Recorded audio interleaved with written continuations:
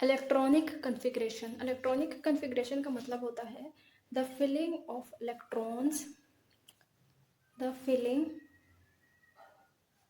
Of electrons in various shells and subshells। तो electronic configuration का मतलब होता है the filling of electrons in various shells and subshells of an atom. तो electrons की जो शेल्स और सब शेल्स के अंदर फिलिंग की जाती है वो on the basis of their relative energy की जाती है। अब एटम के अंदर डिफरेंट शेल्स होते हैं और शेल्स के अंदर फिर फर्दर सब शेल्स होते हैं। अब शेल्स जो होते हैं उनको n से रिप्रेजेंट किया जाता है, n प्रिंसिपल क्वांटम नंबर होता है और शेल्स 1 से स्टार्ट होते हैं और ऐसे 1 2 shell number 2 3 4 5 and up to so on. अब हर शेल के अंदर, ये तो होगा शेल्स, अब हर शेल के अंदर होते हैं सब शेल्स। अब जैसे पहले शेल के अंदर सिर्फ S सब शेल होगा, दूसरे शेल के अंदर S और P होंगे। अब इसके S सब शेल को 1S कहा जाएगा। 1 का मतलब है कि पहले शेल का ये सब शेल है। अब इसके S और P को 2S और 2P कहा जाता है। यहाँ पर ये 2 जो नंबर है ये शेल नंबर को रिप्रेजेंट कर रही है, ऑर्बिट नंबर को रिप्रेजेंट कर रहा है। अब जो तीसरा शेल है उसके अंदर फर्दर 3 सब शेल्स होते हैं S, P एंड D। इसके नाम होंगे 3S, 3P और 3D। चौथे शेल के होंगे S, P, D and F। ये हो जाएगा 4S, 4P, 4D and 4F। अब फिफ्थ शेल के अंदर क्या होगा 4S, 4P, sorry 5S, 5P, 5D, 5F। अब 5F के बाद भी कुछ होगा क्योंकि पांचवें शेल के अंदर नंबर ऑफ इलेक्ट्रॉन्स ज़्यादा होते हैं। अच्छा, एक होता है formula number of electrons in various shell. देखें फार्मूला, इधर मैं आपको बता देती हूँ। Formula for number of electrons in various shells वो होता है 2n की power 2 where n is shell number. और n की वैल्यू 1 भी हो सकती है अगर तो पहला शेल होगा, 2 होगी अगर तो दूसरा शेल होगा, 3 होगी अगर तो तीसरा शेल होगा, 4 एंड ऐसे अप टू सो ऑन। तो इधर हम देख लेते हैं, एक कॉलम बनाते हैं for number of electrons in various shells. तो अगर हम पहले शेल के ऊपर ये फार्मूला अप्लाई करें 2n की पावर 2 वाला, तो n की जगह हम 1 लगाएंगे, 1 का स्क्वायर हो जाएगा, 1 1 ज़र 1 और 2 1 ज़र 2, यानी पहले शेल के अंदर 2 ही इलेक्ट्रॉन्स होंगे। अब दूसरे शेल के ऊपर अगर सेम यही फार्मूला लगाएं तो 2 इंटू 2 की पावर 2 हो जाएगा, 2 2 ज़र 4, 4 2 ज़र 8, यानी दूसरे शेल के अंदर 8 इलेक्ट्रॉन्स हो जाएंगे। अब तीसरे शेल के ऊपर अगर यही सेम फार्मूला अप्लाई करें तो 2 इंटू 3 की स्क्वायर हो जाएगा, 3 3 ज़र 9, 9 2 ज़र 18, 18 इलेक्ट्रॉन्स आ जाएंगे तीसरे शेल के अंदर। ये दूसरे शेल वाले इलेक्ट्रॉन है। अब चौथे शेल के ऊपर अगर सेम यही फार्मूला अप्लाई करें तो 2 इंटू 4 की का स्क्वायर, 4 4 ज़र 16, 16 2 ज़र 32, यानी इसके अंदर 32 इलेक्ट्रॉन्स आ जाएंगे। अब नेक्स्ट अगर फिफ्थ शेल का देखे जाए तो 2 इंटू 5 का स्क्वायर, 5 5 ज़र 25 और 25 2 ज़र 50, यानी इस शेल के अंदर 50 इलेक्ट्रॉन्स आ जाएंगे।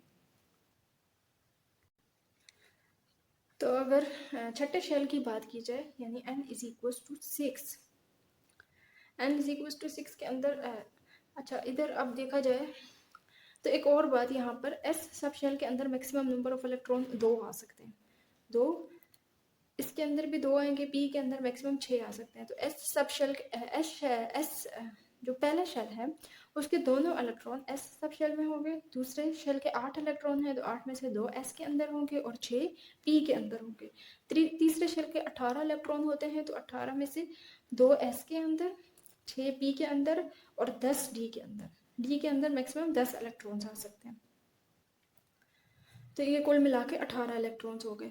अब चौथे शेल के 32 इलेक्ट्रॉन हैं तो 32 में से 2 s के अंदर आ जाएंगे, 6 p के अंदर आ जाएंगे, 10 d के अंदर आ जाएंगे और 14 f के अंदर आ जाएंगे। तो कुल मिलाकर ये 32 हो जाएंगे। 20, 2, 6, 8, 8 और 10 28, 28 और 14 32। अब पांचवें शेल के अंदर 50 इलेक्ट्रॉन्स हैं, 50 में से 2 s के अंदर आ जाएंगे, 6 p के अंदर, 10 d के अंदर और 14 f के अंदर। अब इसके बाद भी इलेक्ट्रॉन्स बचते हैं तो उसके लिए पांचवें शेल का कोई और भी सब शेल होगा।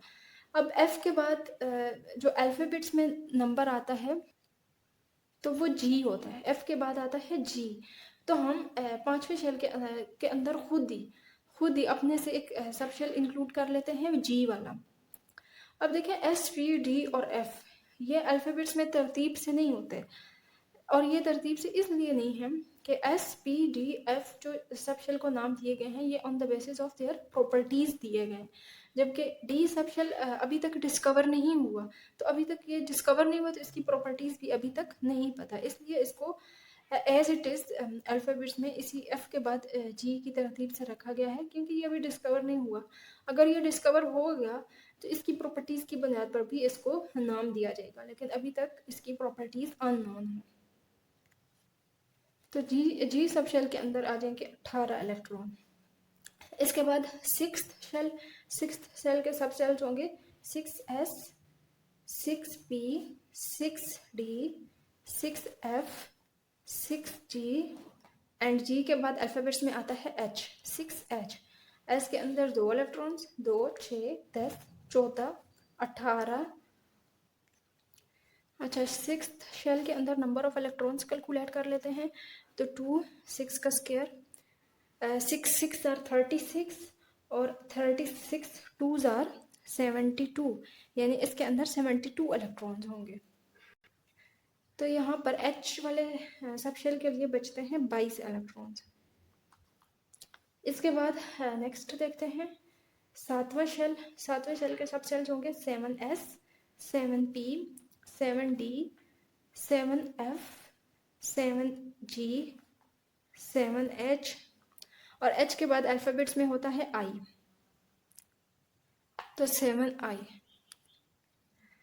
s के अंदर 2 इलेक्ट्रॉन्स, p के अंदर 6, 10, 14, g के अंदर 18, h के अंदर 22। तो h शेल के अंदर जो 7th शेल है उसके अंदर टोटल नंबर ऑफ इलेक्ट्रॉन्स अगर कैलकुलेट करें तो 7 7s आर 49 और 49 2s आर 98। तो इस शेल के अंदर आ जाएंगे 98 इलेक्ट्रॉन्स। तो यहाँ पर आई शेल के लिए बचते हैं 26 इलेक्ट्रॉन्स। तो इसी तरह बाकी भी शेल्स के अंदर जो इलेक्ट्रॉन्स हैं वो अकोमोडेट करने के लिए हम ऐसे ही अल्फाबेट्स के अंदर सब शेल्स बढ़ाते जाएंगे। अच्छा, तो शेल्स की तो ये तरतीब है, सबसे कम एनर्जी जो होती है वो पहले शेल की होती है, फिर दूसरे की, तीसरे की, चौथे की, पांचवें की, छठे की और इसी तरह अप टू सो ऑन। यानी एटम का स्ट्रक्चर कुछ इस तरह होता है, ये दरम्यान में न्यूक्लियस होता है, ये पहला शेल, इसकी एनर्जी सबसे कम है और ये सब न्यूक्लियस के ज़्यादा करीब होता है।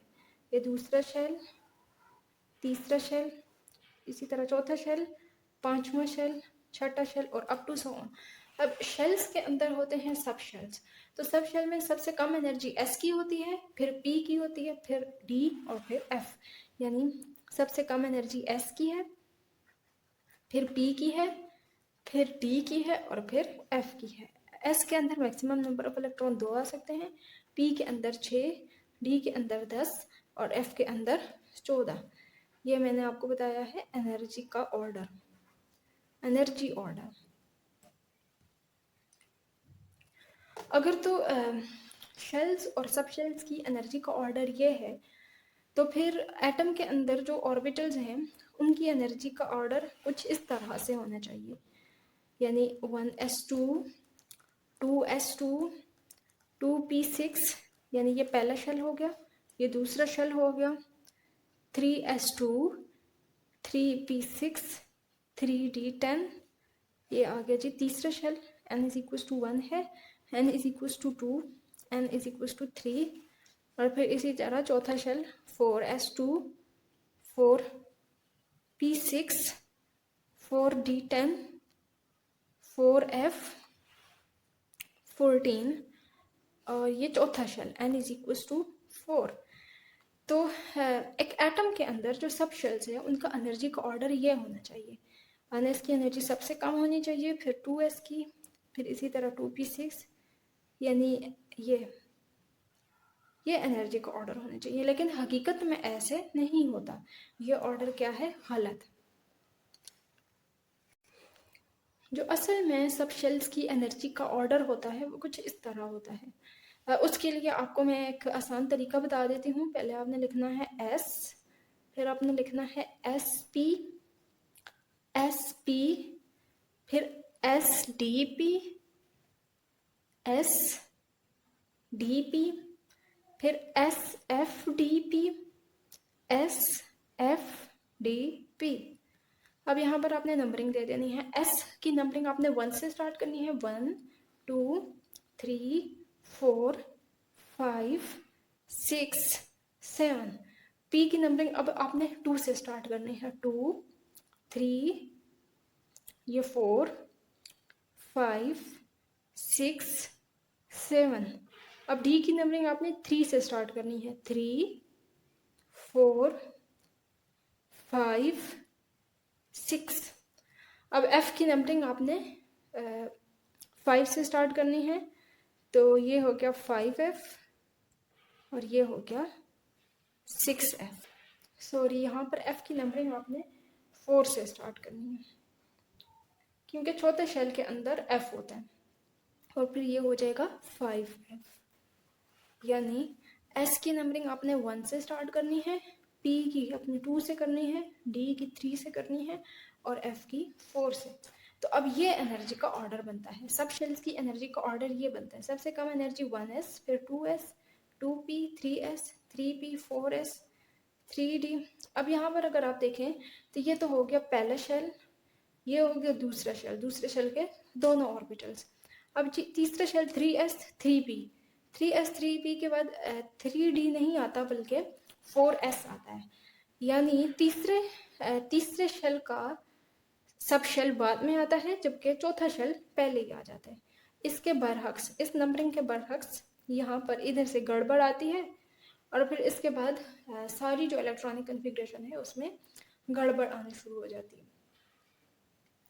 तो यहाँ पर तो मैंने आपको ट्रिक बता दी, ट्रिक मैं आपको दोबारा रिवाइज करवा देती हूँ। सब शेल्स की एनर्जी का ऑर्डर याद रखने के लिए आपने पहले इस चीज़ को याद कर लेना है, S, SP, SP, STP, SDP, SFDP and SFDP। अब आपने करना क्या है, S की नंबरिंग को आपने 1 से स्टार्ट करना है, P की नंबरिंग को आपने 2 से स्टार्ट करना है, D को 3 से करना है, और F को 4 से करना है। तो ऐसे जब आप करेंगे तो फिर आपके पास ये आ जाएगा, ये सब शेल्स की तरतीब आ जाएगी, और ये तरतीब एनर्जी के लिहाज से सही बैठती है।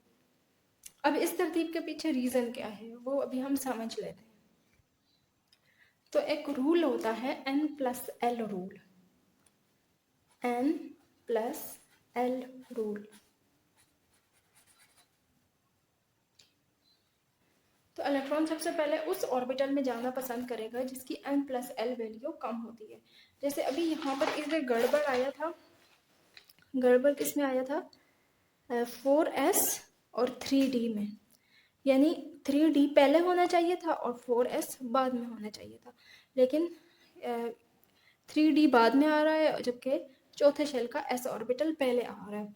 तो 4s और 3d के ऊपर हम N+L रूल लगाकर देखते हैं।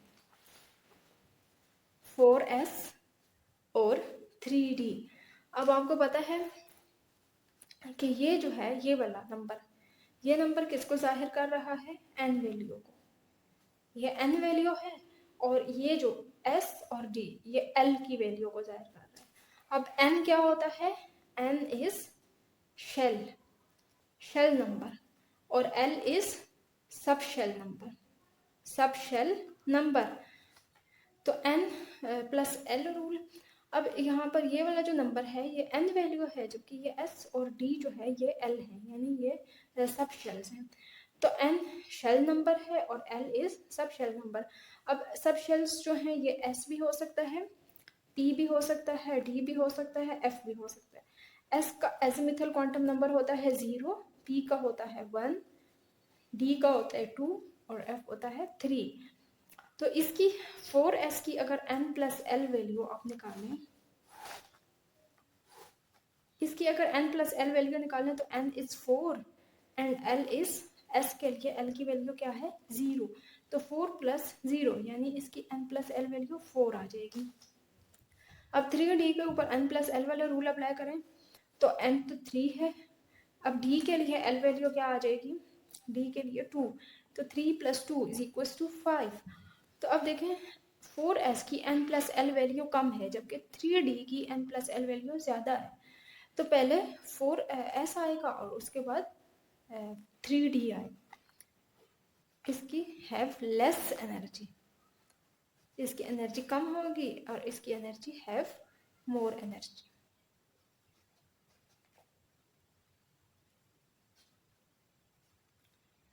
इसके बाद हम 2s और 3d के ऑर्बिटल्स के ऊपर n प्लस l रूल लगा कर देखते हैं।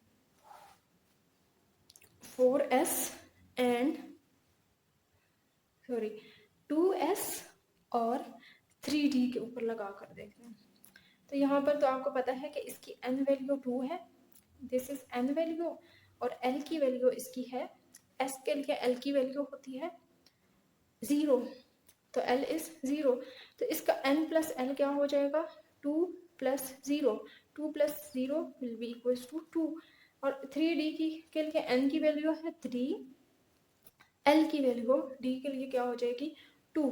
तो n प्लस l इसका हो जाएगा 3 plus 2, 3 plus 2 is equal to 5। तो इसकी n प्लस l वैल्यू कम है, यानी 2s की n प्लस l वैल्यू कम है, तो ये पहले आएगा, ये इलेक्ट्रॉनिक कन्फिग्रेशन में पहले आएगा और 3d बाद में आ जाएगा।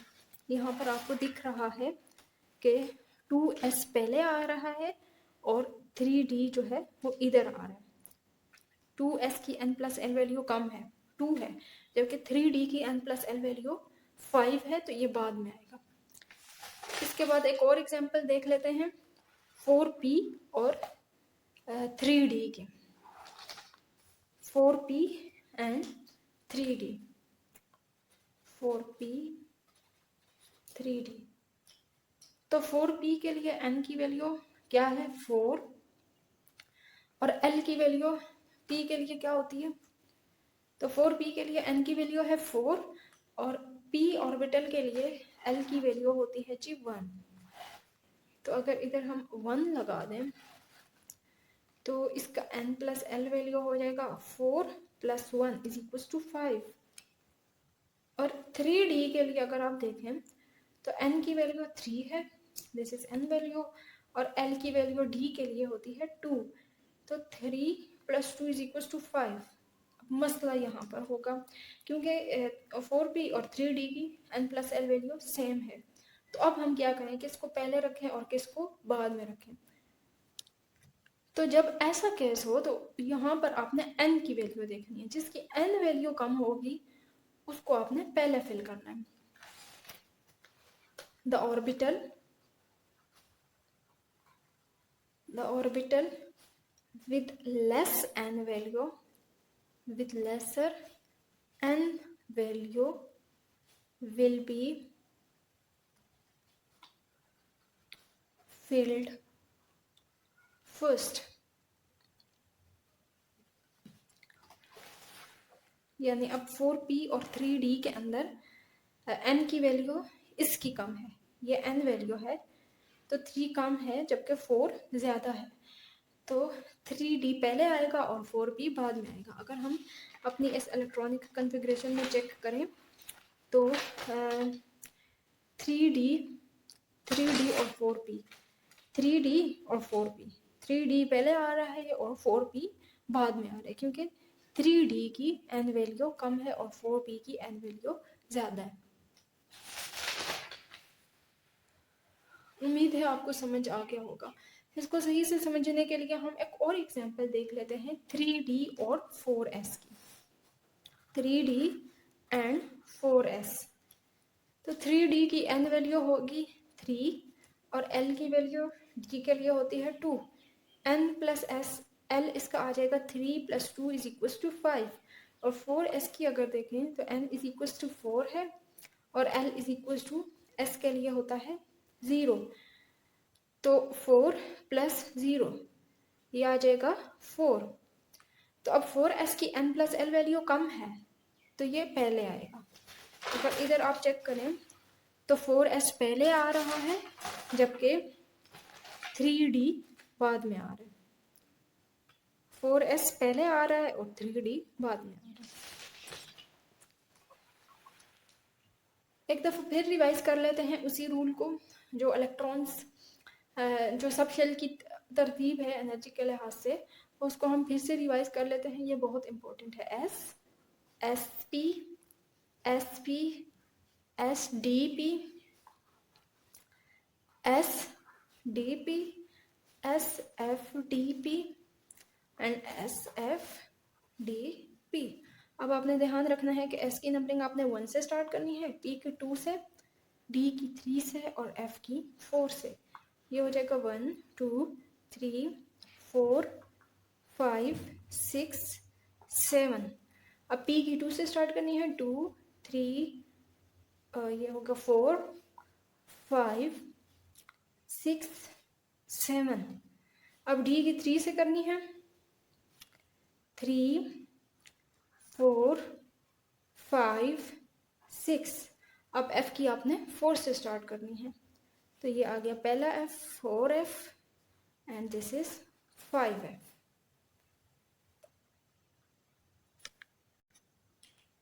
ये वाली चीज़ बहुत इंपॉर्टेंट है, इसको आप अपने पल्ले बिठा लें। दिस इज इम्पोर्टेंट, बस ये चीज़ आप याद कर लें। SP, SP, SDP, SDP, SFDP and SFDP। और फिर आपने नंबरिंग S की 1 से कर देनी है, P की 2 से, D की 3 से और F की 4 से। तो आपके पास ये एनर्जी का ऑर्डर आ जाएगा और ये बहुत इंपॉर्टेंट है।